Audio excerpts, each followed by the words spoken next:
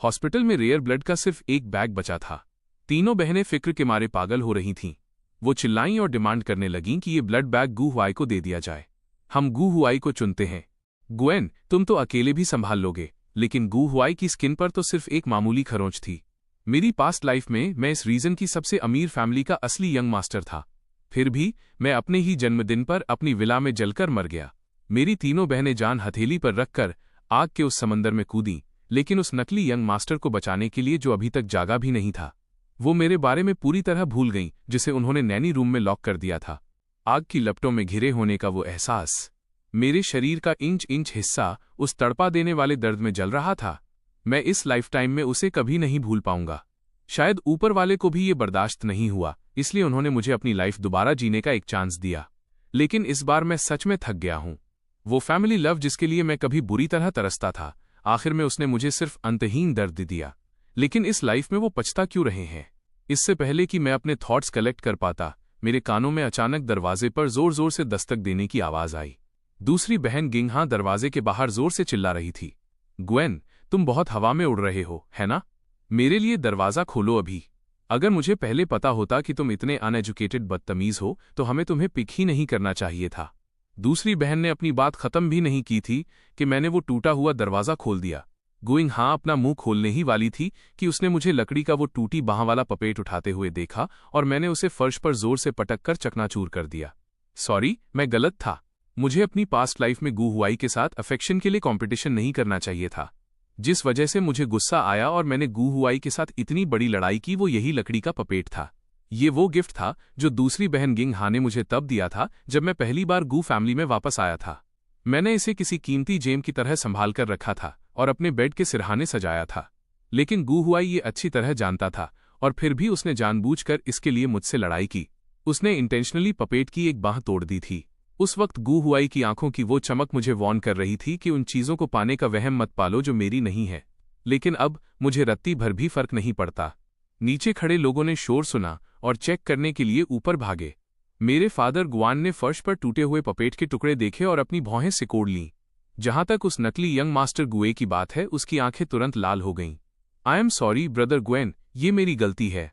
तुम मुझे जितना चाहे मार लो या डांट लो, पर प्लीज दूसरी बहन से नाराज मत हो। वो बस तुम्हारा भला चाहती है, इसलिए उसने तुम्हें डिनर के लिए नीचे बुलाया था। अगर ये शब्द सुनने से पहले की बात होती तो मैं पक्का गुस्से के मारे मर जाता, पर अब जब मुझे कोई परवाह नहीं है तो मुझे ये सीन बहुत ही रिडिकुलस लग रहा है। बस करो, तुम एक जवान मर्द होकर बात बात पर रोते हो। क्या तुम्हें ये डिस्गस्टिंग नहीं लगता? मैं बेपरवाह होकर दरवाजे के फ्रेम से टिक गया और गू हुआई को अपनी एक्टिंग करते हुए शांति से देखने लगा। गू हुआई हैरान रह गया। उसे उम्मीद नहीं थी कि मैं ऐसी कोई बात कहूंगा। मुझे खाने के लिए बुला रहे हो? क्या तुमने कभी एक बार भी मेरा वेट किया है? ये वाकई फनी है। जब भी मील टाइम होता है, कोई मुझे नहीं बताता कि मैं लेट आया हूं या जल्दी। अगर मैं लेट आऊं तो मुझे गू जान से डांट पड़ती है कि मेरा कोई टाइम सेंस नहीं है। जल्दी आऊं तो मुझे लालची कहा जाता है। ये तो हद दर्जे का डबल स्टैंडर्ड है। ग्वेन, मैं देख रही हूं कि तुम और भी ज्यादा डिसरिस्पेक्टफुल होते जा रहे हो। तुम्हारा भाई सिर्फ तुम्हारा भला चाहता है। इस मोमेंट पर मेरी माँ लियू चिन आगे आईं। साफ बात है कि मैं उनका सगा बेटा हूं, लेकिन उनका एटीट्यूड मेरे और गू हुआई के लिए जमीन आसमान जैसा है। ये खुला फेवरेटिज्म देखने की मुझे पुरानी आदत हो गई है। मैंने बेबसी से हाथ हिलाया। जो मन आए कहो। इतना बोलकर मैंने दरवाजा जोर से बंद कर लिया और सबको बाहर लॉक कर दिया। गू जान इसे और बर्दाश्त नहीं कर सका। उसकी आवाज गुस्से से भरी थी। रिबेल कर रहे हो क्या? तो फिर आज खाना खाने का सपना भी मत देखना। ये कहकर वो सबको नीचे ले गया। सिर्फ दूसरी बहन गू चिंग हाँ वहां सुन्न खड़ी रह गई। गू चिंग हान फर्श पर पड़े पपेट के टुकड़ों को खाली नजरों से घूरती रही। उसे अचानक याद आया कि ये वही गिफ्ट था जो उसने कभी मुझे दिया था। मैं इस पपेट को अपनी सबसे कीमती चीज मानता था, तो फिर आज मैंने इसे इतनी बेरहमी से क्यों तोड़ दिया? उसे महसूस होने लगा कि मैं पूरी तरह बदल गया हूं, पहले जैसा बिल्कुल नहीं रहा। पहले तो जब भी वो नाराज होती थी, मैं किसी छोटे बिल्ली के बच्चे की तरह उससे माफी मांगता था। मुझे दरवाजे के बाहर जो हो रहा था उससे कोई फर्क नहीं पड़ रहा था।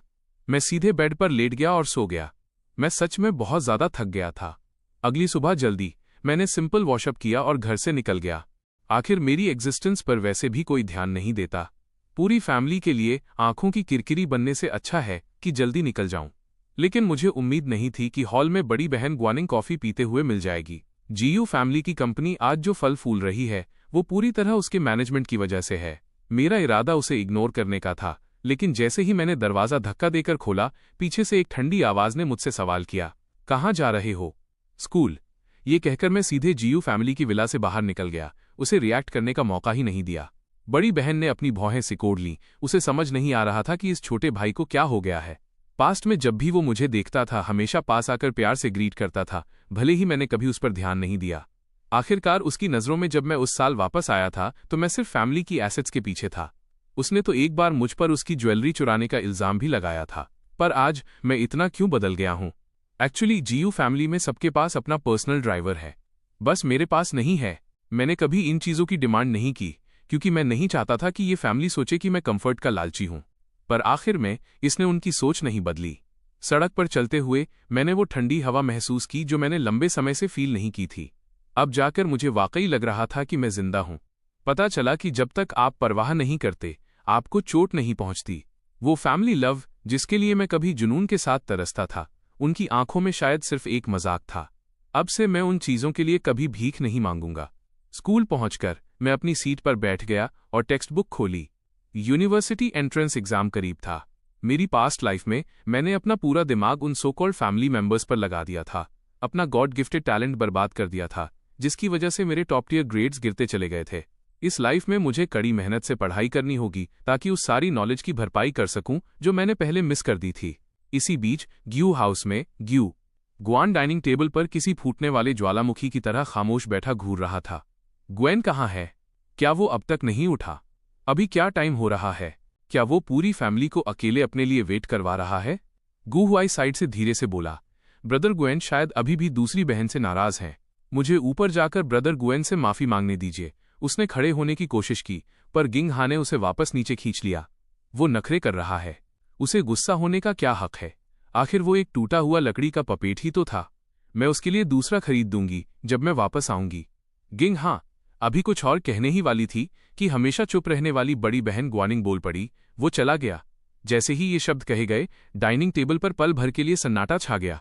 एक पल बाद ग्वान ने धीरे से अपना मुंह खोला। इतनी जल्दी चला गया? वो कहाँ गया? बटलर लियू, कौन सा ड्राइवर ग्वेन को ले जाने का इंचार्ज है? एक तरफ खड़े सफेद बालों वाले बटलर लियू हड़बड़ाते हुए आगे आए। यंग मास्टर ग्वेन हमेशा पैदल ही स्कूल जाते हैं। सच तो ये है कि बटलर लियू को भी ये बात समझ नहीं आती थी। साफ बात है कि ग्वेन भी जीयू फैमिली का मेंबर है, तो उसे पैदल स्कूल क्यों जाना पड़ता है? ग्वान ने जोर से टेबल पटकी। उसे पैदल जाने की परमिशन किसने दी? या उसे लगता है कि हमारी जीयू फैमिली एक ड्राइवर अफोर्ड नहीं कर सकती? मास्टर, आपने ही कहा था जब यंग मास्टर वापस आए थे कि ज्यादा दिखावा नहीं करना है, इसलिए हमने ड्राइवर अरेंज नहीं किया, बटलर लियू ने धीरे से कहा। ग्वान पहले तो चुप हो गया। उसने सोचा था कि चूंकि मुझे बाहर से वापस लाया गया था तो यकीनन मेरी आदतें खराब होंगी। उसे डर था कि मैं कुछ ऐसा ना कर दूं जिससे जीयू फैमिली को शर्मिंदा होना पड़े, इसलिए उसने टेम्पररी तौर पर ड्राइवर अरेंज नहीं किया था। अनजाने में 1 साल बीत गया। एक पल में ग्वान ने अपना स्ट्रेस से भरा माथा रगड़ा। किसी को ग्वेन को ड्राइव करने के लिए असाइन करो। उसे मुंह खोलकर मांगना तक नहीं आता। हर दिन पैदल चलता है। ये कैसा लगता है? साफ था कि गलती उसकी थी, फिर भी वो इसका इल्जाम मुझ पर डालना चाहता था। जी मास्टर, बटलर लियू ने ऑर्डर लिया और किसी सूटेबल इंसान को ढूंढने निकल गए। मेरी मां लियू चीन ने भी ग्वान को उलाहने भरी नजरों से देखा, जैसे उसे पहले ध्यान न देने के लिए ब्लेम कर रही हों। पर इसका मतलब ये नहीं था कि वो मेरे लिए इतनी अच्छी थीं। उन्हें बस अपनी मां के तौर पर हुई नेग्लिजेंस, लापरवाही की वजह से शर्मिंदगी महसूस हो रही थी। वाकई उस शाम स्कूल के बाद एक लग्जरी कार मेरे सामने आकर रुकी। यंग मास्टर, प्लीज अंदर बैठिए। सूट पहने एक यंग लड़के ने जल्दी से बाहर निकलकर मेरे लिए दरवाजा खोला और पिछली सीट पर दूसरी बहन गिंग हा बैठी थी। मैं थोड़ा हैरान रह गया। ये सब क्या हो रहा है? ये देखकर कि मैं हिला नहीं, गिंग हा ने थोड़ी भौहें सिकोड़ी और सीधे हाथ बढ़ाकर मुझे अंदर खींच लिया। ड्राइवर लिटिल सियांग ने अजीब तरह से 2 बार खांसा और हमें सेफ रहने को रिमाइंड किया। फिर कार स्टार्ट कर दी। क्या हुआ? क्या तुम अभी भी उम्मीद कर रहे हो कि मैं तुमसे माफी मांगूं? गिंग हा ने मुझे एक नाखुश एक्सप्रेशन के साथ देखा, पर मैंने बिल्कुल ध्यान नहीं दिया। मुझे सच में समझ नहीं आ रहा था कि वो क्या सोच रही है। मेरी तरफ से कोई रिएक्शन ना देखकर गिंग हा और ज्यादा चिढ़ गई और उसने मेरी कलाई पकड़ ली। पर जैसे ही उसने पकड़ा, उसे एहसास हुआ कि मेरी कलाई डरावनी हद तक पतली थी। उसने आखिरकार साफ देख लिया कि मेरा शरीर कितना दुबला और कमजोर था। क्या तुम हमेशा से इतने स्किनी रहे हो? हाँ, जीयू फैमिली द्वारा ढूंढे जाने और वापस लाए जाने से पहले मैं हमेशा भटकता रहता था, भूखा रहता था।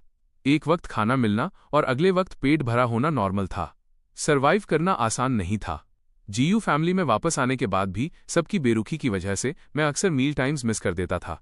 कभी कभी जब मैं टाइम पर होता तो मुझे हर तरह के रीजंस की वजह से बीच में ही डांट दिया जाता। जाहिर है, मैं खाना गले के नीचे नहीं उतार पाता था। जीयू फैमिली सख्त रूल्स वाला एक प्रेस्टीजियस खानदान है।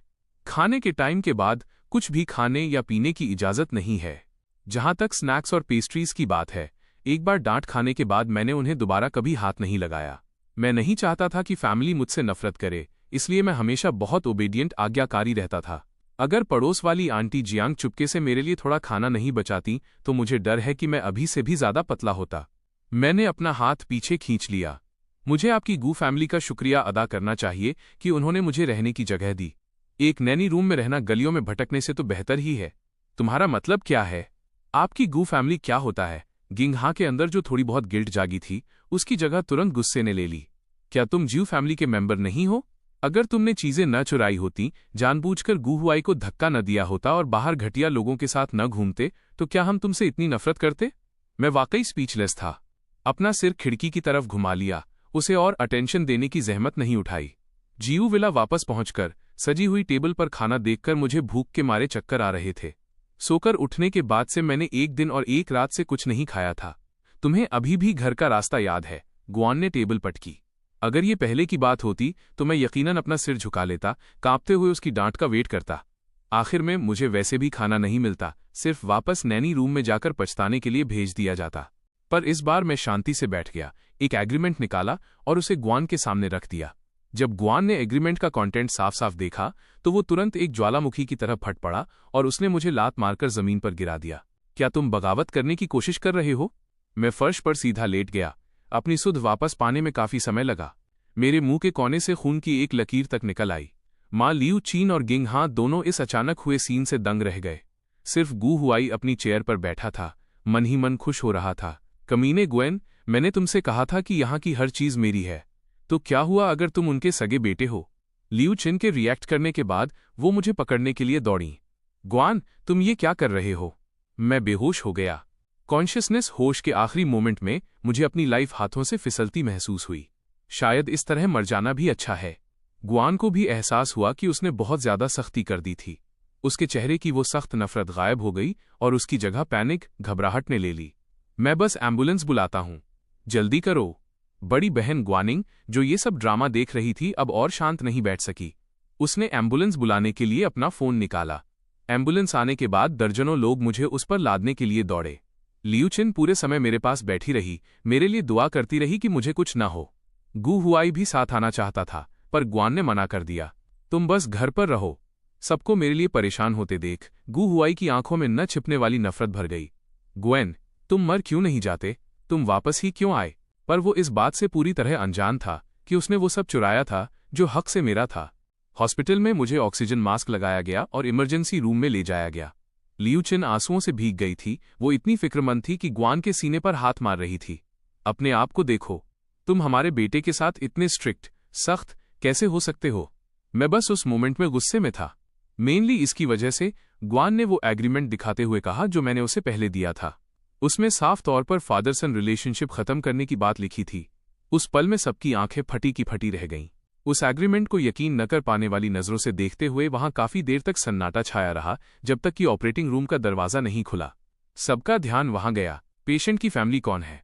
सफेद कोट पहने और हाथ में क्लिपबोर्ड लिए एक डॉक्टर ने पूछा। मैं उसकी मां हूं। क्या एचएन ठीक है? मिसेस गू दौड़कर आगे आईं और डॉक्टर के कंधे पकड़ लिए। उनकी आवाज में घबराहट साफ थी। डॉक्टर ने अपने सामने खड़े लोगों को थोड़ा कंफ्यूजन के साथ देखा।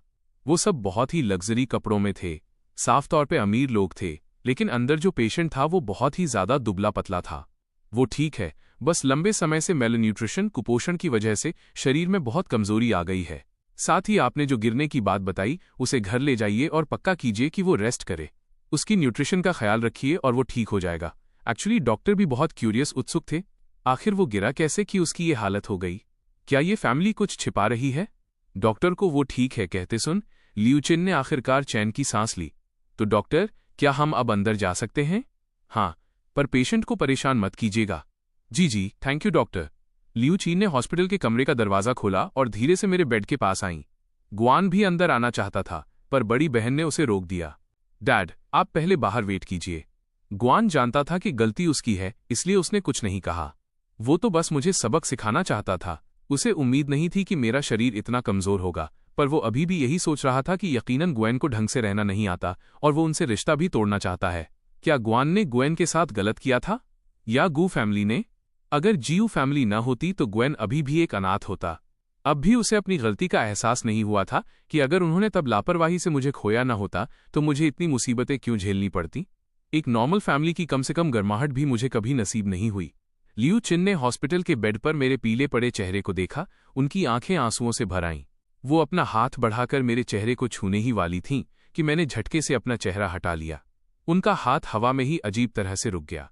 आखिर में उन्होंने धीरे से अपना हाथ पीछे खींच लिया। अचेन, मम्मी सॉरी है, मेरे साथ घर चलो। ये शब्द सुनकर मुझे हंसी आ गई और मैं उठकर बैठ गया। लियू चिन ने जल्दी से मुझे सपोर्ट दिया, जैसे उन्हें डर हो कि मुझे फिर से चोट लग जाएगी।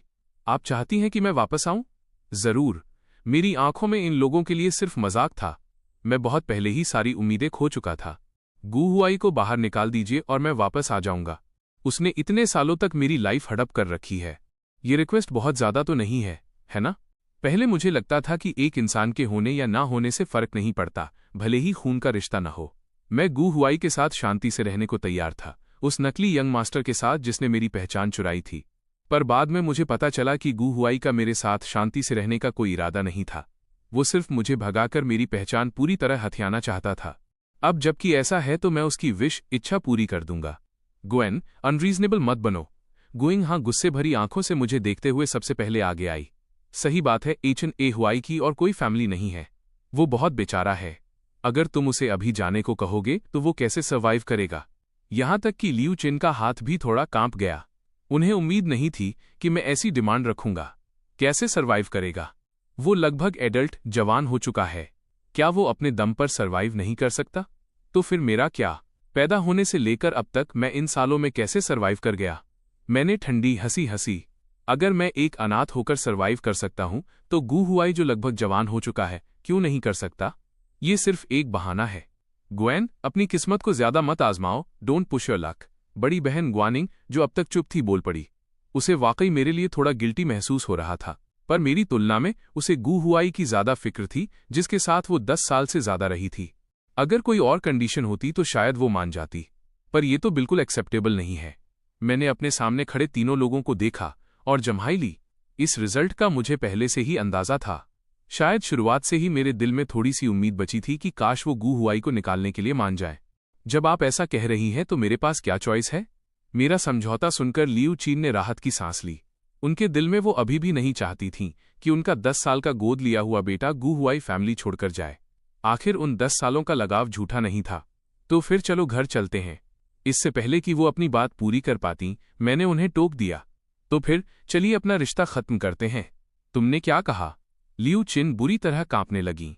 भले ही उन्होंने बाहर वो एग्रीमेंट देखा था, पर उन्हें उम्मीद नहीं थी कि मैं ये बात सीधे मुंह पर कह दूंगा। क्या तुम हमें धमकी दे रहे हो? बड़ी बहन ने अपनी भौहें सिकोड़ लीं। उसे महसूस हो रहा था कि मैं बदल गया हूं।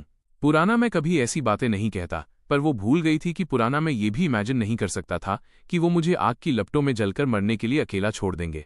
मैंने कहा, चूंकि आप उसे जाने देना नहीं चाहती तो चलिए रिश्ता ही खत्म कर लेते हैं। मैंने हर शब्द साफ साफ बोला, इस डर से कि कहीं वो सुन न पाए। फादर गुआन, जो बाहर खड़े थे, अब और बर्दाश्त नहीं कर पाए। उन्होंने जोर से दरवाजा धक्का देकर खोला। ठीक है, ठीक है, ठीक है, अब से तुम जीयू फैमिली के मेंबर नहीं हो। ये कहते हुए उन्होंने सीधे एग्रीमेंट पर अपने साइन किए और उसे मेरे सामने जोर से फेंक दिया। उन्हें लगा कि मैं बस दिखावा कर रहा हूं और सच में रिश्ता तोड़ने की हिम्मत नहीं करूंगा। आखिर जीयू फैमिली का मेंबर बनना तो कितने ही लोगों का सपना होता है। उन्हें लगा कि कुछ ही समय में मैं रोते हुए उनके पास आऊंगा और अपनी गलती मानूंगा। एक्चुअली लियू चिन, बड़ी बहन और दूसरी बहन को भी यही लग रहा था। उन सबको लगा कि मैं बस बड़ी बड़ी बातें कर रहा हूं। रिफ्रेशिंग। तो मुझे आपका शुक्रिया अदा करना चाहिए मिस्टर ग्वान। मैंने बिल्कुल भी हिचकिचाहट नहीं दिखाई। मैंने पास ही रखे डॉक्टर के पेन को पकड़ा और जल्दी से उस पर अपने साइन कर दिए। ये सीन देखकर वो सब वहीं सन्न रह गए। उन्होंने मरते दम तक ये नहीं सोचा होगा कि मैं सच में साइन करने की हिम्मत कर दूंगा। यहां तक कि बड़ी बहन ग्वानिंग जैसी बिजनेस आयरन लेडी भी मेरे हाथ में पकड़े पेन को यकीन न कर पाने वाली नजरों से घूरती रह गई। अब जाकर उसे समझ आया कि मुझे वाकई जीयू फैमिली की कोई परवाह नहीं है। बदतमीज बेटे, तुम इतने बदतमीज हो। तुमने सच में साइन करने की हिम्मत की। बहुत अच्छे, चलो यहां से। फादर गुआन गुस्से के मारे कांप रहे थे। मैं भी देखता हूं कि बिना जीयू फैमिली के सपोर्ट के वो कैसे सरवाइव करेगा। बोलने के बाद वो मुड़ा और चला गया। लियू चिन उसे वापस खींचने के लिए जल्दी से आगे बढ़ीं। हालांकि उन्हें भी उम्मीद नहीं थी कि मैं सच में रिश्ता खत्म करना चाहता हूं। आखिर मैं उनका सगा बेटा था, उनका अपना खून। गुइंग हां वहां किसी स्टैचू मूर्ति की तरह खड़ी रह गई। जब पास खड़ी बड़ी बहन ने उसकी आस्तीन खींची, तब जाकर उसने रिएक्ट किया। ग्वेन, बाद में हमारे पास रोते और गिड़गिड़ाते हुए मत आना। ग्वानिंग को इस मोमेंट पर भी यही लग रहा था कि ऐसा नहीं है कि मुझे उनकी परवाह नहीं है, बल्कि मैं बस उनका अटेंशन पाने की कोशिश कर रहा हूं। उसे लगा कि जल्द ही मैं पहले की तरह उनके पास भाग कर आऊंगा और भीख मांगूंगा। रुकिए। जैसे ही वो जा रहे थे, मैंने उन्हें रुकने के लिए आवाज दी। ग्वानिंग मन ही मन मुस्कुराई। उसे पता था, मैं बस दिखावा कर रहा था। जैसे ही उसने उन्हें जाते देखा, मैं और शांत नहीं बैठ सका। इस बार वो मुझे इतनी आसानी से माफ नहीं करेगी। सिर्फ इस बात पर कि मैं गू हुआई को बाहर निकालना चाहता था, ये दिखाने के लिए काफी था कि मेरा दिल कितना पत्थर का है। लियू चिन ने भी चैन की सांस ली। शुक्र है, जब तक अचेन अपनी गलती मान लेता है, वो इस बात को और आगे नहीं बढ़ाएगी। चाहे कुछ भी हो, हम फिर भी एक फैमिली हैं। लेकिन मैंने एक बैंक कार्ड निकाला। आपने मुझे जो पैसे दिए थे, मैंने उनमें से एक पैसा भी खर्च नहीं किया है। ये टोटल कुछ 10,000 के आसपास हैं। साथ ही आपके घर पर रहते हुए मेरा खाना और स्कूल की फीस, वो भी कुल मिलाकर कुछ 10,000 ही होंगे। मैं इसे आपके लिए राउंड फिगर कर देता हूं। ये कहते हुए मैंने मेडिकल रिकॉर्ड से एक खाली पन्ना फाड़ा और उस पर एक IOU कर्ज का पर्चा लिख दिया। फिक्र मत कीजिए, इसे अपने पास रखिए। जब मैं यूनिवर्सिटी जाऊंगा और पार्ट टाइम काम कर सकूंगा, तब मैं आपको ये सब चुका दूंगा। इस मोमेंट पर फादर गुआन का चेहरा पूरी तरह काला पड़ गया था। उन्होंने सपने में भी नहीं सोचा था कि मैं वाकई उनके साथ एक क्लियर लाइन खींचना चाहता हूं। लियू चिन का चेहरा भी बेहद पीला पड़ गया था। उन्हें उम्मीद नहीं थी कि पिछले 1 साल में उन्होंने मुझ पर जो पैसे खर्च किए, जिसमें ट्यूशन फीस भी शामिल थी, वो कुछ 10,000 तक भी नहीं पहुंचे थे। जबकि सब जानते थे कि गू हुआई की हर हफ्ते की पॉकेट मनी ही कुछ 10,000 से ज्यादा थी। ये देखते हुए कि उनका IOU लेने का कोई इरादा नहीं है, मुझे उसे वापस रखना पड़ा। हॉस्पिटल के कमरे की उस सफेद छत को देखते हुए मुझे अपने दिल में एक ऐसी हल्कापन महसूस हुआ जो पहले कभी नहीं हुआ था। शायद मैं कभी इस रिश्ते को सच में संजोकर रखता था, पर अब और नहीं। फादर गुआन और बाकी लोगों के विला लौटने के बाद फादर गुआन ने गुस्से में डाइनिंग टेबल पर रखा एक महंगा फूलदान चकनाचूर कर दिया। इस बदतमीज की ये हिम्मत! क्या हमारी गू फैमिली ने उसके साथ कोई गलत किया है? गू हुआई ऊपर छिपा हुआ ये सब सुन रहा था और मन ही मन खुश हो रहा था। लगता है ग्वेन ने उन्हें फिर से गुस्सा दिला दिया। ये वो खुद अपनी मौत मांग रहा है। मुझे दोष नहीं दे सकते। बटलर लियू, मुझे उस लड़के के कमरे में ले चलो। उसका सारा सामान बाहर निकालो। फादर गुआन गुस्से में दहाड़े। उन्हें यकीन नहीं था कि मैं जीयू फैमिली छोड़कर सरवाइव कर पाऊंगा। हालांकि बटलर लियू थोड़े हिचकिचा रहे थे, पर वो मन ही मन सिर्फ आह भर सके। मैं भी चलूंगी, गोइंग हां बोल पड़ी। उस किड के हाथ हमेशा से गंदे रहे हैं। उसने पहले भी बड़ी बहन का नेकलेस चुराया था। क्या पता उसने और क्या क्या छिपा रखा हो। लेकिन जब फादर गुआन और बाकी लोगों ने मेरा कमरा देखा तो वो पूरी तरह सन्न रह गए। एक छोटा सा सिंपल बेड, एक डेस्क जिसपे कुछ छोटी चीजें सजी हुई थीं, एक छोटी अलमारी जिसमें कपड़ों के कुछ सेट थे। इनके अलावा वहां कुछ भी नहीं था। लियू चिन भी सदमे के मारे कुछ बोल नहीं पाईं। अपना मुंह ढंक कर उनके आंसू लगातार गिरते रहे। एक माँ के तौर पर वो पिछले लगभग 1 साल से अपने सगे बेटे के कमरे में नहीं आई थीं। क्या ये दुनिया का सबसे बड़ा मजाक नहीं था? बायस्ड भेदभाव करने वाले लोगों को कभी महसूस नहीं होता कि वो भेदभाव कर रहे हैं, क्योंकि उनके दिल पहले से ही टेढ़े होते हैं। ग्वानिंग डेस्क पर रखी छोटी चीजों को खाली नजरों से घूरती रही। वहां वो छोटा पौधा था जो उसने दिया था। वहां वो फोटो फ्रेम था जो तीसरी बहन ने दिया था। वह पौधा हरा भरा और घना बढ़ रहा था। यह साफ था कि मैंने इसकी बहुत सावधानी से देखभाल की थी। अचानक ग्वानिंग ने अपने पास खड़ी दूसरी बहन गिंग हां की तरफ देखा। ग्वेन का वो लकड़ी का पपेट, हाँ वही जो मैंने उसे दिया था। गोइंग हां को याद आया कि उसने तब मुझे कैसे डांटा था। अचानक उसे बहुत अजीब महसूस होने लगा। तो उसकी नज़रों में ये चीज़ें वाकई इतनी इंपॉर्टेंट ज़रूरी थीं। फिर उसने इसे तोड़ा क्यों? मास्टर, क्या हमें अभी भी इसे साफ करना चाहिए? बटलर लियू ने सही मौके पर पूछा। उन्हें भी मेरे लिए मन ही मन अफसोस हो रहा था। इतने लंबे समय के बाद आखिरकार मुझे अपनी फैमिली की फिक्र नसीब हुई, लेकिन अब बहुत देर हो चुकी थी। इस मोमेंट पर फादर गुआन भी सदमे में वहीं खड़े रह गए। वो ओरिजिनली बस मुझे डिसिप्लिन, अनुशासन सिखाना चाहते थे। उन्हें लगता था कि जीयू फैमिली का मेंबर होने के नाते किसी को भी फालतू खर्च या ऐशो आराम की जिंदगी नहीं जीनी चाहिए, पर उन्हें उम्मीद नहीं थी कि पिछले 1 साल से मैं इतनी बदहाली में रह रहा था। गुआन, मैं तुम्हें बता रही हूं, अगर तुम एचेन को ढूंढकर वापस नहीं लाए तो मैं तुम्हें नहीं छोड़ूंगी। लियू चिन अब और खुद को रोक नहीं पाई। वो फादर गुआन पर चिल्लाईं और अपने बेटे को ढूंढने निकल पड़ीं। पर इस सबका क्या फायदा था? देर से मिला प्यार घास और कचरे से भी सस्ता होता है। और तो और उस एग्रीमेंट पर पहले ही साइन हो चुके थे। जब तक लियू चिन दोबारा हॉस्पिटल पहुंची, मैं बहुत पहले ही बिना कोई निशान छोड़े गायब हो चुका था। उन्होंने कई दिनों तक मुझे ढूंढा पर कोई खबर नहीं मिली, जब तक कि आज क्लासरूम का दरवाजा नहीं खुला। प्रिंसिपल ने क्लास में बैठे स्टूडेंट से पूछा, ग्वेन कौन है? एक मोमेंट के लिए बाहर आओ। मैंने जल्दी से अपनी किताब नीचे रखी। प्रिंसिपल को मुझसे क्या काम हो सकता है? ये लोग दावा कर रहे हैं कि ये तुम्हारी माँ और बहनें हैं। क्या तुम इन्हें जानते हो? प्रिंसिपल जानते थे कि मैं बचपन से ही अनाथ रहा हूं। वो अपने पीछे 2 सिक्योरिटी गार्ड्स लेकर आए थे, इस डर से कि कहीं ये लोग ह्यूमन ट्रैफिकर्स, मानव तस्कर न हों। क्लासमेट्स क्यूरियस होकर दरवाजे के बाहर देखने लगे। वाह, ये लोग कौन हैं? ये सच में बहुत खूबसूरत हैं। भले ही उन तीनों ने सनग्लासेस पहने थे, पर उनका ऑरा आभा छिपाना मुश्किल था। एचिन, तुम पिछले कुछ दिनों से कहाँ थे? लियू चिन ने मेरा हाथ पकड़ लिया। उनके आंसू तुरंत गिर पड़े, लेकिन मैंने उन्हें बिल्कुल भाव नहीं दिया। मैंने अपना हाथ सीधे पीछे खींच लिया। मैं आप लोगों को नहीं जानता, प्लीज यहां से जाइए। इतना कहकर मैं सीधा क्लासरूम में वापस चला गया। ये देखकर प्रिंसिपल ने लियू चिन को रोक दिया, जो क्लास में घुसना चाहती थीं। चूंकि वो आपको नहीं जानता, प्लीज यहां से जाइए। इतना कहकर वो सिक्योरिटी बुलाने ही वाले थे। अब तक जीयू फैमिली के अलावा किसी को नहीं पता था कि मैं उनका खोया हुआ बेटा हूं। तीसरी बहन गुइंग शुअर, जो अब तक खामोश थी, उसने अपने चेहरे से सनग्लासेस हटा दिए। उसकी पॉपुलैरिटी आजकल आसमान छू रही थी। ये ग्वेन सच में अपनी किस्मत को ज्यादा आजमा रहा है। ये कहने की हिम्मत कर रहा है कि वो हमें नहीं जानता। लियू चिन ने आह भरते हुए कहा, चलो अभी वापस चलते हैं, हम कल फिर आएंगे। क्या हमें फिर से आना होगा? गुइंग शुअर थोड़ा नाखुश थी। मेरी मानो तो बस थोड़ा वेट करो। जब उसे अपनी गलती का एहसास होगा, वो खुद ब खुद वापस आ जाएगा। उसे पूरा यकीन था कि मैं बस भाव खाने, हार्ड टू गेट का गेम खेल रहा हूं। उसे लगा कि कुछ दिन इग्नोर करने पर मैं खुद बिल्ली की तरह वापस आ जाऊंगा। लियू चिन कुछ कहना चाहती थी, पर गुइंग शुअर उन्हें बिना कुछ बोले खींचकर ले गई। ग्वानिंग ने भी मेरी क्लास की तरफ देखा। उसे मेरे लिए गिल्टी तो महसूस हो रहा था, पर उसकी ज्वेलरी चोरी होने वाली बात भी तो सच थी।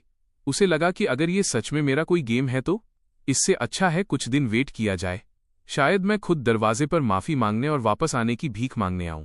जल्दी चलो बड़ी बहन, आज गू हुआई का बर्थडे है। क्या आपने उसके लिए गिफ्ट्स तैयार किए हैं? गोइंग शुअर ने याद दिलाया। बिल्कुल किए हैं। सालों पहले वही था जिसने मुझे पानी में डूबने से बचाया था। वो मेरा सबसे प्यारा छोटा भाई है, ग्वानिंग ने कहा। इस वक्त हाई सिटी के प्लैटिनम हैंक होटल के गेट पर लोगों की भारी भीड़ थी। वहां लग्जरी कारों का तांता लगा था।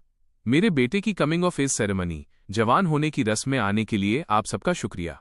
अब डिनर पार्टी शुरू होती है।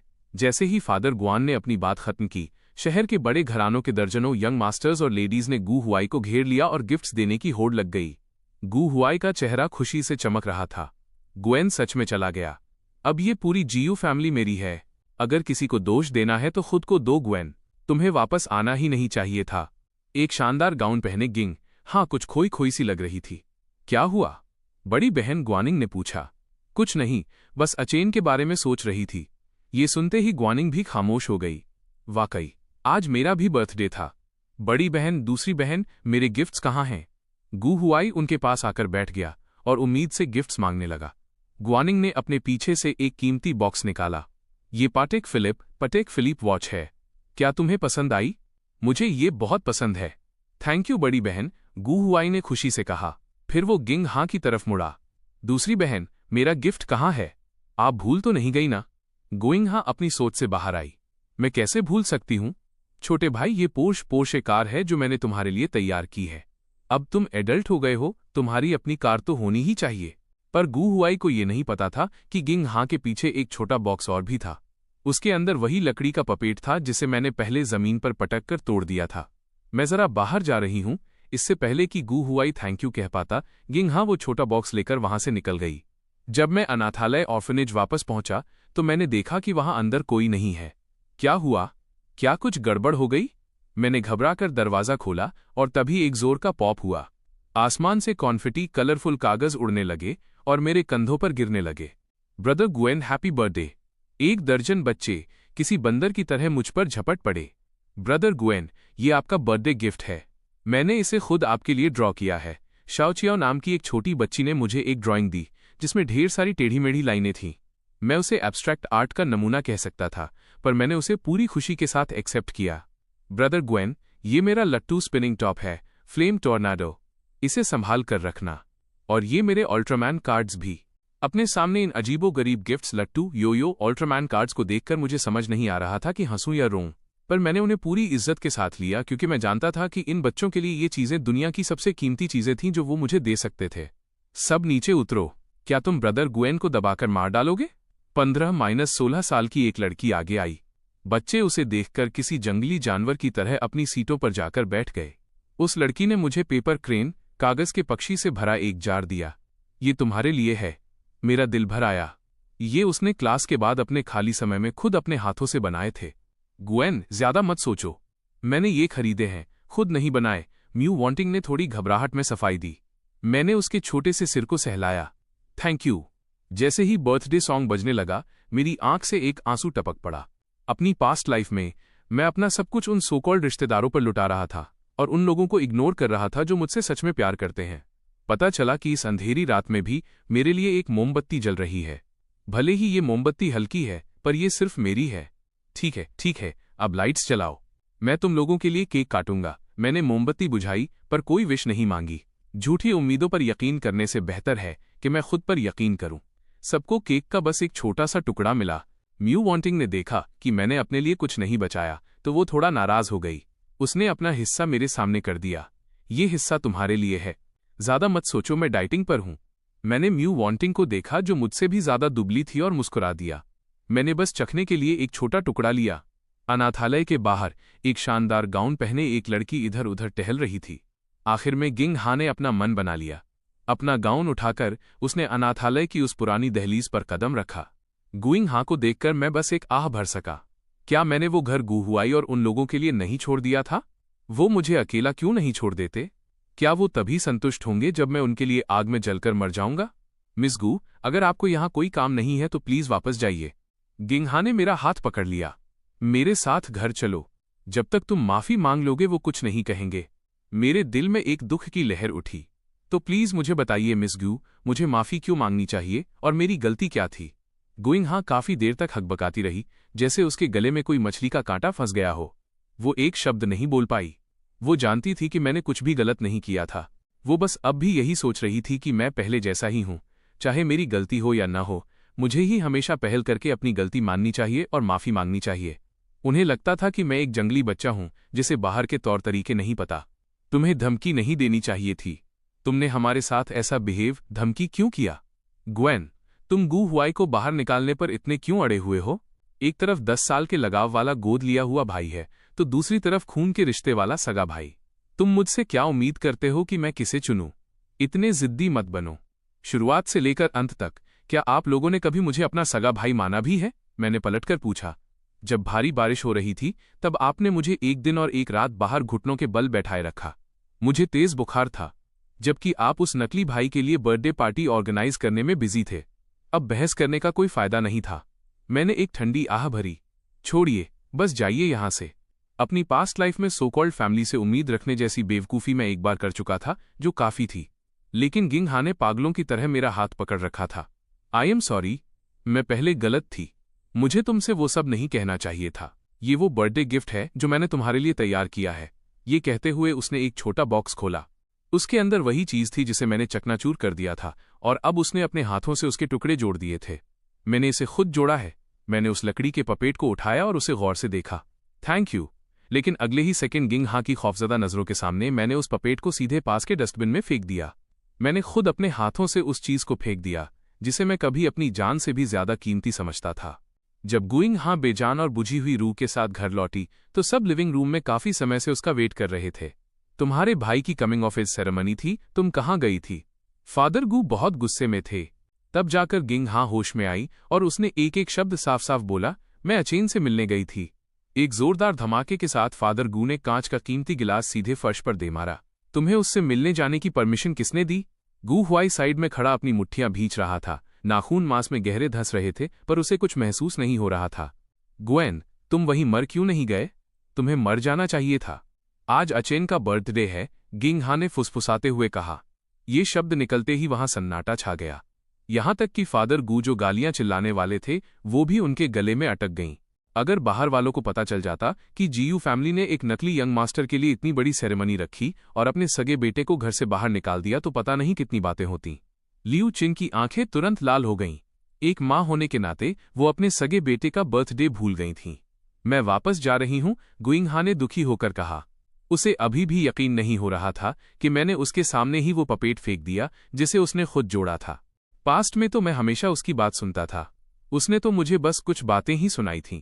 पर उसने मुझे डांटा क्यों था? शायद इसलिए क्योंकि गू हुआई ने गलती से पपेट की बांह तोड़ दी थी। पर गू हुआई का वो मतलब नहीं था। उसने तो बस कहा था कि वो क्यूरियस था और उसे देखना चाहता था। अचानक गिंग हा को कुछ एहसास हुआ। गू हुआई के पास तो किसी चीज की कमी नहीं थी, फिर उसने मेरा लकड़ी का पपेट क्यों छीना? ये समझते ही वो पूरी तरह पैनिक हो गई। ऐसा कैसे हो सकता है? ये सब कैसे हो गया? आई एम सॉरी, पर अब बहुत देर हो चुकी थी। लियू चिन ने पागलों की तरह ड्राइवर को कार तैयार करने का ऑर्डर दिया। वो अपने बेटे को ढूंढना चाहती थी। बस करो, आज बहुत देर हो गई है। कल वो और बच्चे तुम्हारे साथ चलेंगे। फादर गू उठे और अपने कमरे में चले गए। गोइंग शुअर थोड़ा कंफ्यूज थी। वो इस फैमिली का मेरे प्रति भेदभाव साफ महसूस कर सकती थी। ऐसा लगता था कि मैं जो भी करूं वो गलत ही है।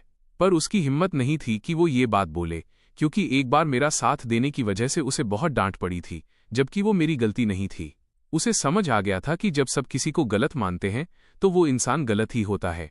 ग्वानिंग ने गिंग हा के कमरे का दरवाजा खोला। उसे रोता देख उसने आह भरी। तीसरी बहन, अब सो जाओ। कल अचेन को सब साफ साफ समझा देना। गिंग हा ने अपना सिर हिलाया। वो मुझे माफ नहीं करेगा। ग्वानिंग ने अपनी भौहें सिकोड़ी। हमें उसकी माफी की क्या जरूरत है? उसने मेरी ज्वेलरी चुराई और गू हुआई को टारगेट किया। क्या ये सच नहीं है?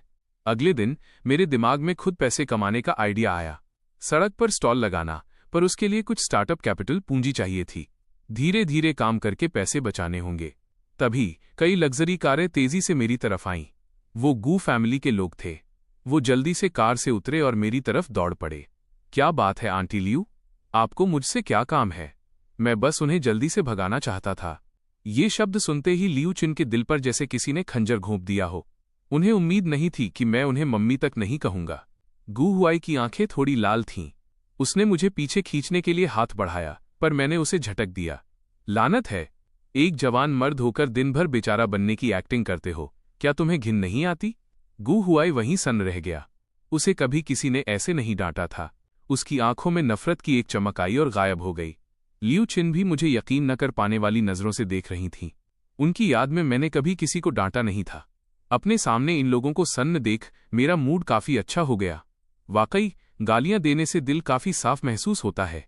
ब्रदर ग्वेन, अगर आप वापस आने के लिए मान जाएं तो मैं वो सब करूंगा जो आप कहेंगे, चाहे आप मुझे ये घर छोड़ने के लिए कहें। गू हुआई ने फिर एक्टिंग शुरू कर दी। फिर से वही ड्रामा। मैं ये सब देख देख कर थक गया था। ऊपर से वो मेरा साथ दे रहा है, पर हकीकत में वो मुझे फंसाना चाहता है। क्यों? तुम्हारा भाई वैसा इंसान नहीं है, है ना एचन? लियू चिन ने मिन्नत भरी नजरों से मुझे देखा। उन्हें लगा कि मैं सच में उसे बाहर नहीं निकालूंगा। उन्हें अभी भी यही लग रहा था कि हॉस्पिटल में मैंने जो कहा था वो बस गुस्से में था। अगर आप लोग सिर्फ इसके लिए आए हैं तो मेरे पास आपका मनोरंजन करने का टाइम नहीं है। सिर्फ गिंग हाँ जानती थी कि मैं ये सब चिढ़ में नहीं बोल रहा था। रुको, मम्मी तुम्हारे लिए बर्थडे गिफ्ट लाई है। लियू चिन ने जल्दी से एक छोटा सा कीमती बॉक्स निकाला। मैंने हाथ हिलाकर मना कर दिया। इसे वापस ले जाइए, मेरा बर्थडे खत्म हो गया है। इतना कहकर मैंने दरवाजा बंद कर दिया और चला गया। कल मेरा बर्थडे था, आज गिफ्ट देने का क्या मतलब? अपने सगे बेटे को घर से निकाल दिया ताकि गू हुआई कंफर्टेबल आराम से रह सके, और अब मुझे ढूंढने आए हो? अगर ये घटियापन नहीं है तो क्या है? आचिन, दरवाजा खोलो।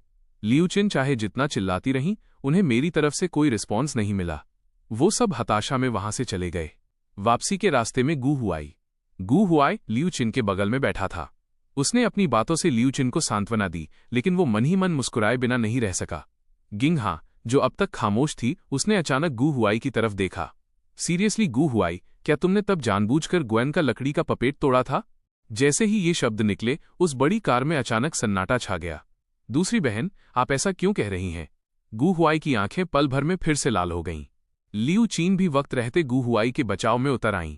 क्या ये सिर्फ एक लकड़ी का पपेट नहीं है? गू हुआई का वो मतलब नहीं था, लेकिन वो लकड़ी का पपेट मैंने अचेन को दिया था। तुमने उस पपेट को लेने की जिद क्यों की थी? गोइंग हाँ एक एक कदम आगे बढ़ती गई। गू हुआई एक पल के लिए स्पीचलेस हो गया और बस हकलाते हुए सफाई देने लगा। मैं तो बस क्यूरियस था। तीसरी बहन, मैं ब्रदर गुएन को हर्जाना दे सकता हूं, बस वो मुझे माफ कर दें। मैं कुछ भी करूंगा। ये देखकर लियू चीन ने जल्दी से गू हुआई को गले लगा लिया। बस करो चिंग हाँ। गू हुआई का वो मतलब नहीं था। मम्मी को ऐसा करते देख गिंग हाँ का सिर फटने लगा, पर उसने और कुछ नहीं कहा और चुपचाप बैठ गई। इसी बीच गू हुआई का मासूम चेहरा, जिसे दूसरे नहीं देख सकते थे, धीरे धीरे बिगड़ने लगा। वो मुझसे नफरत करता था। दूसरी बहन पहले हमेशा उसका साथ देती थी, आज वो मेरे लिए उस पर सवाल क्यों उठा रही है? इससे उसके अंदर एक क्राइसिस, संकट की भावना जाग गई। अगर ऐसा ही चलता रहा तो मेरी जगह सच में वो ले लेगा। क्या होगा अगर उसे सच में बाहर निकाल दिया गया? नहीं, उसे ग्वेन को गायब करना ही होगा। चूंकि कुछ साल पहले वाला प्लान तुम्हें नहीं मार सका, तो मैं इसे दोबारा करूंगा। ग्वेन, मैं देखना चाहता हूं कि तुम कितनी बार बच सकते हो। पूरे रास्ते कोई नहीं बोला। गूविला लौटने के बाद गिंगहा ने मुझसे दोबारा मिलने के लिए कुछ दिन वेट करने का प्लान बनाया। वो सब कुछ साफ साफ पूछना चाहती थी। फादर गुआन ने देखा कि मैं वहां नहीं हूं, तो उन्होंने अपनी भौहें सिकोड़ी।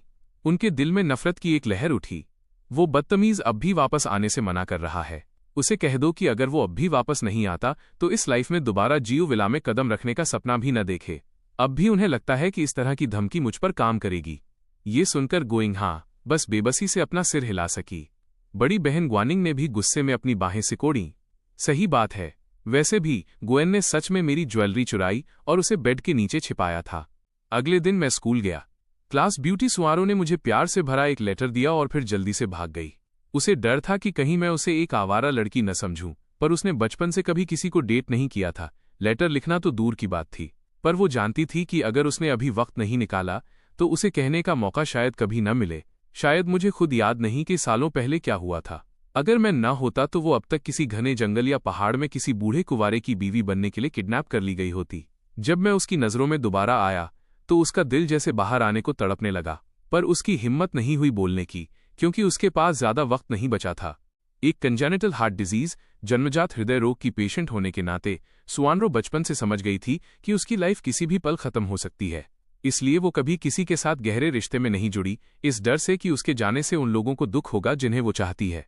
पर उस साल जब मेरे दुबले शरीर ने उसके सामने एक ऊंची दीवार की तरह ढाल बनकर उसे बचाया, तो उसने एक अनोखी सिक्योरिटी सुरक्षा महसूस की। जब मैं दोबारा दिखा तो वो खुद को और नहीं रोक पाई। वो जानती थी कि ऐसा करना बहुत सेल्फिश है।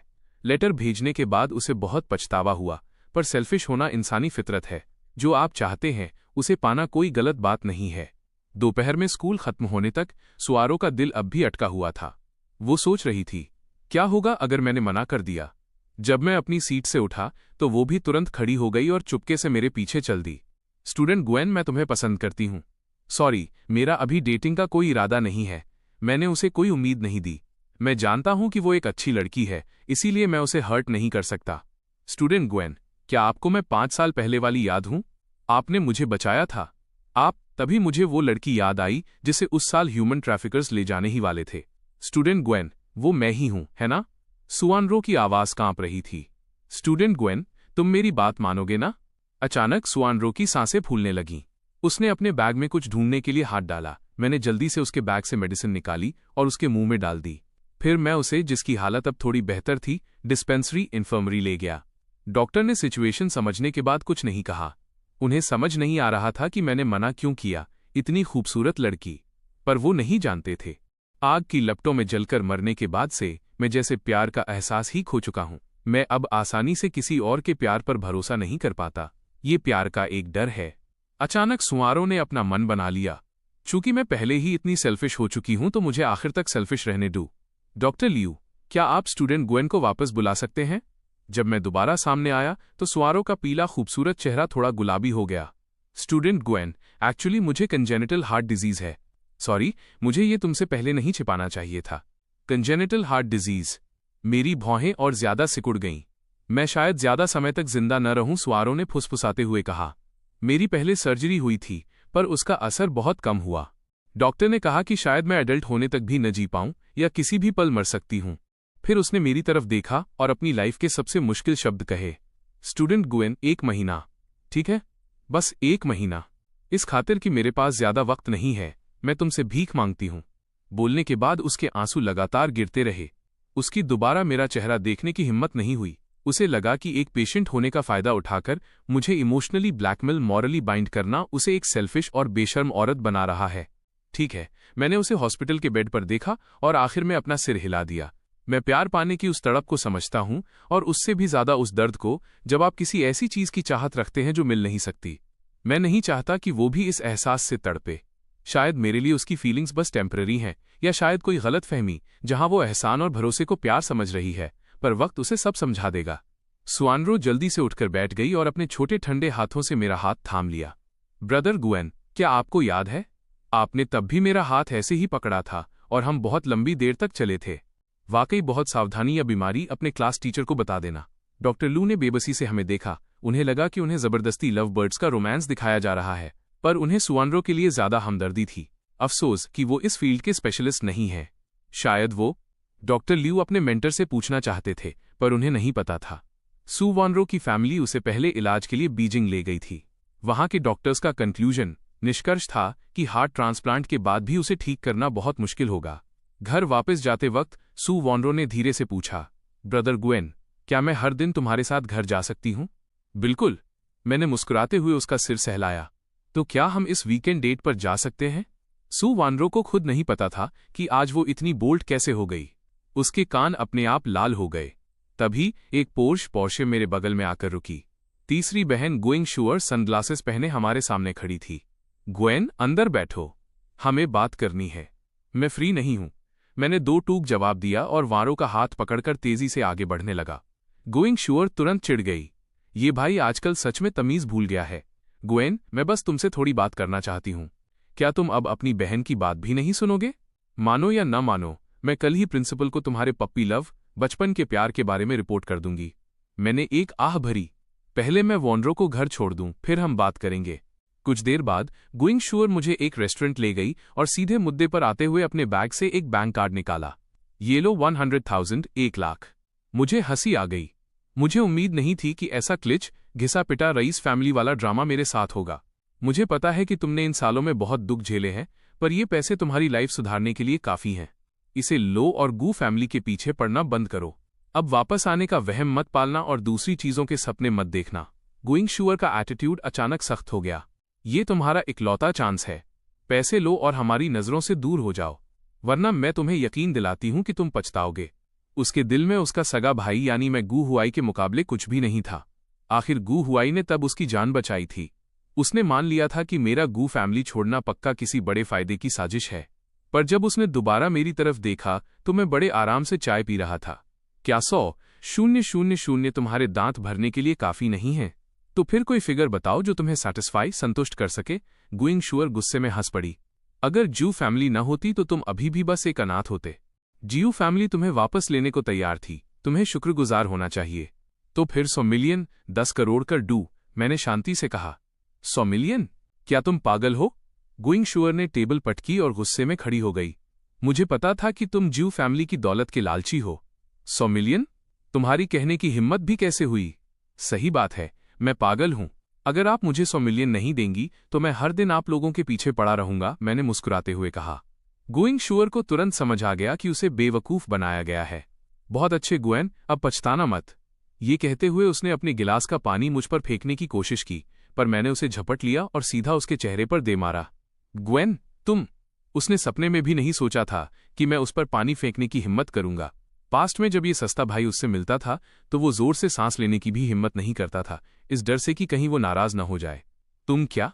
अगर बीमार हो तो डॉक्टर के पास जाओ, मेरे पास मत आओ, मैंने ठंडे लहजे में कहा। साथ ही अब तक मैंने एक बार भी आप गू फैमिली वालों को नहीं ढूंढा है। ये आप लोग ही हैं जो बार बार मुझे परेशान करने आ रहे हैं। जो सोचना है सोचिए, पर मुझे अब डिस्टर्ब मत करना। इतना कहकर मैं उठा और वहां से चल दिया। उसे दोबारा मुड़कर देखने की जहमत भी नहीं उठाई। अनाथालय वापस जाते वक्त मैंने आज की बातों को याद किया और मुझे ये थोड़ा अजीब लगा।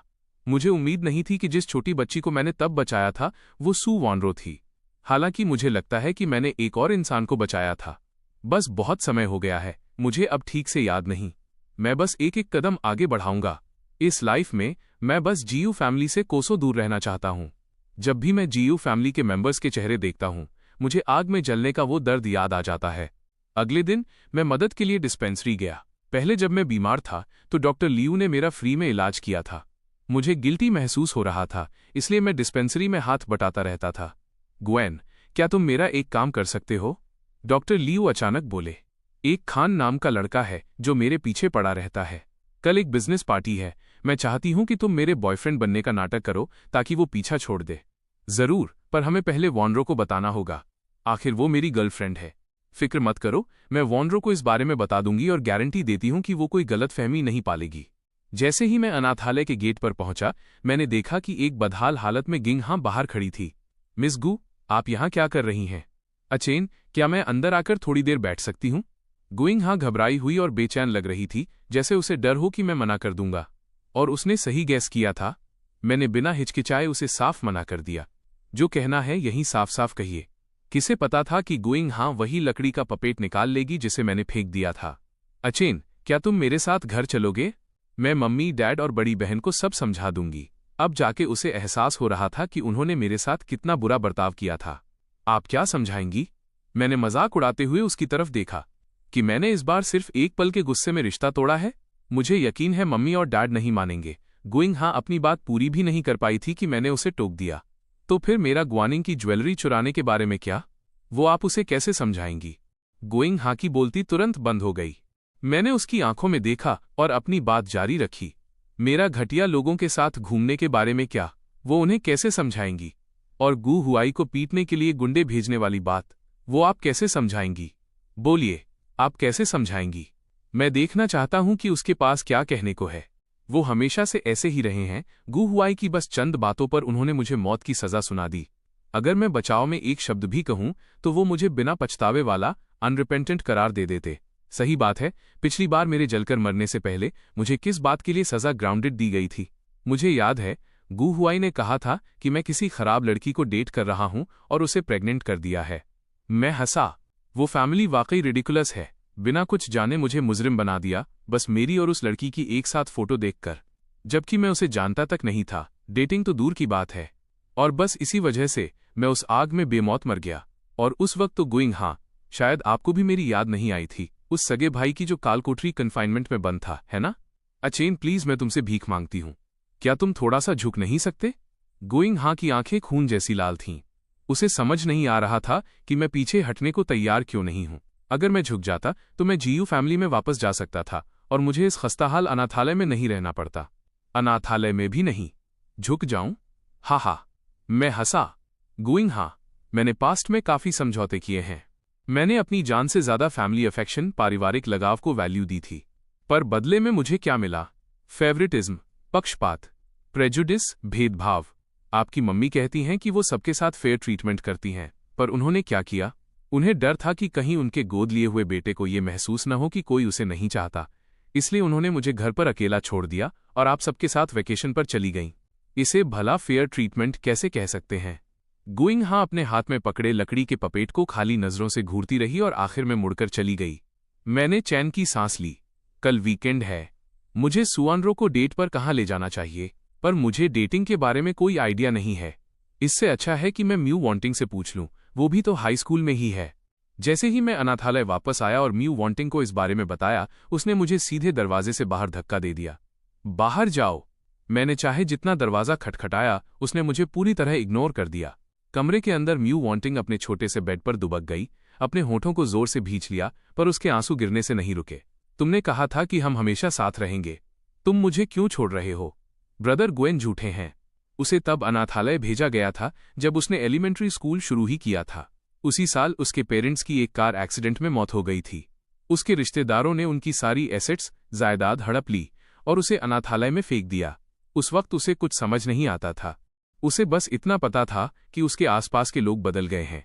जब उसके क्लासमेट्स को पता चला कि वो एक अनाथ है, तो सब मिलकर उसका मजाक उड़ाने लगे और उसे बुली करने लगे। लड़कियां उसकी खूबसूरती से जलती थीं, इसलिए उन्होंने कैंची से उसके बाल काट दिए।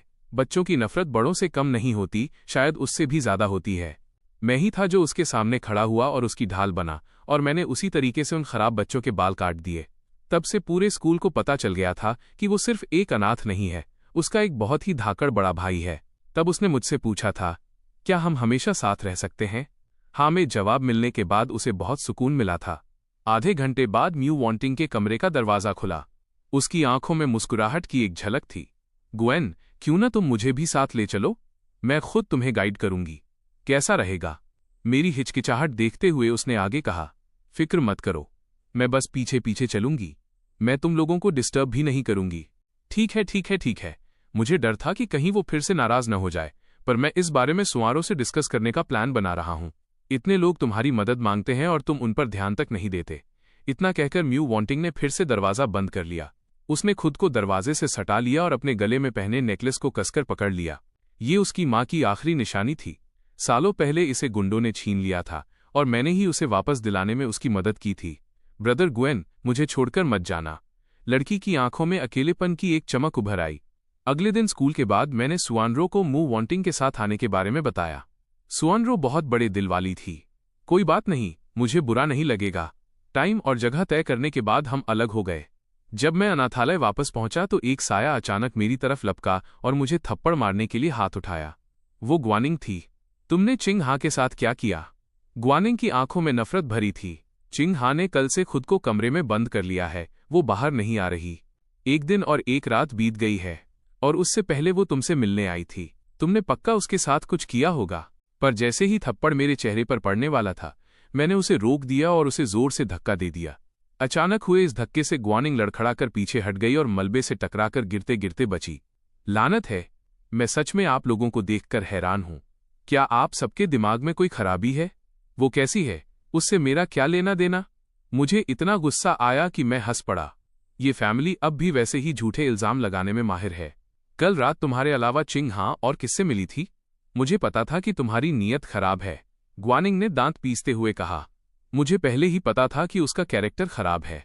चोरी करना पसंद है, पर मैंने कुछ नहीं कहा। मुझे उम्मीद नहीं थी कि वो अपनी दूसरी बहन पर हाथ उठाएगा। अब तुम मुझे बताओ कि मैंने गिंग हा के साथ क्या किया। मैं समझ गया था। मैं खुद को सही साबित करने, सेल्फ प्रूविंग के जाल में नहीं फंस सकता था। पहले जब मुझ पर झूठे इल्जाम लगते थे तो मैं पागलों की तरह खुद को सही साबित करने की कोशिश करता था, पर वो बेकार था। उनके दिलों में उन्होंने पहले ही सच तय कर लिया था। ग्वानिंग एक पल के लिए हक्का बक्का रह गई, क्योंकि उसे असल में पता ही नहीं था कि मैंने किया क्या था। अगर तुम नहीं बता सकती तो यहां से चली जाओ। मैंने मेन गेट बंद करने की कोशिश की। ग्वानिंग ने जल्दी से हाथ बढ़ाकर उसे रोका। रुको, मेरे साथ वापस चलो और सब साफ साफ समझाओ, वरना मैं पक्का कर दूंगी कि ये अनाथालय दोबारा कभी अपना दरवाजा न खोल पाए। मैं जो कहती हूं वो करती हूं। इस बात ने मेरे हाथ पल भर के लिए रोक दिए। मैं अपने गुस्से की वजह से अनाथालय को मुसीबत में नहीं डाल सकता था, वरना मैं किस काम का मर्द। उम्मीद नहीं थी कि टैलेंटेड बिजनेसवुमन मिस ग्वानिंग एक दर्जन अनाथ बच्चों का इस्तेमाल करके किसी को धमकी देंगी। बहुत इम्प्रेसिव, प्रभावशाली, मैंने ठंडे लहजे में कहा।